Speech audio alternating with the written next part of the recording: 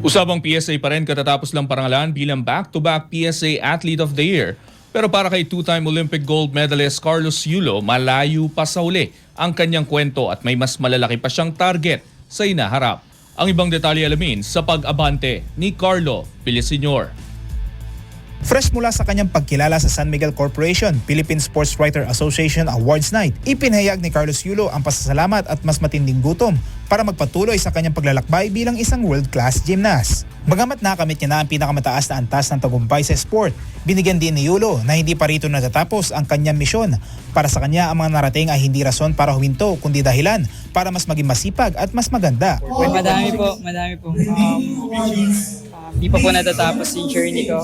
Siyempre, LA Olympics, and after that, hindi pa natin alam kung magtutuloy pa po ako. Pero I can see na kaya kong matagusin yung 2032. Pero just really praying na maging safe ako palagi sa lahat ng competitions ko and trainings ko. Tinukoy ni Yulo ang Los Angeles Olympics bilang susunod na malaking target habang nananatiling bukas ang posibilidad na ituloy pa ang kanyang karera hanggang sa 2032 basta't manatiling malusog at ligtas sa lahat ng kompetisyon at pagsasanay. Nakasalo niya sa parangal bilang Athlete of the Year si Alex Ayala, isang moment na anya'y sumisimbolo sa pagdami ng mga Pilipinong kaya makipagsabayan sa international na entablado. I'm just really happy and proud.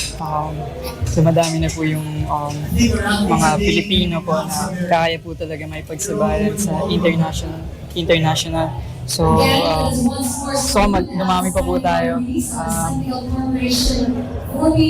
Ipakita natin yung spirit ng Pilipino sa sports. Para kay Yulo, ang PSA honor ay hindi destinasyon kundi panibagong simula na napalataya at patuloy na pagkatuto. Ako si Carlo Villaseñor, Abante Sports, now na.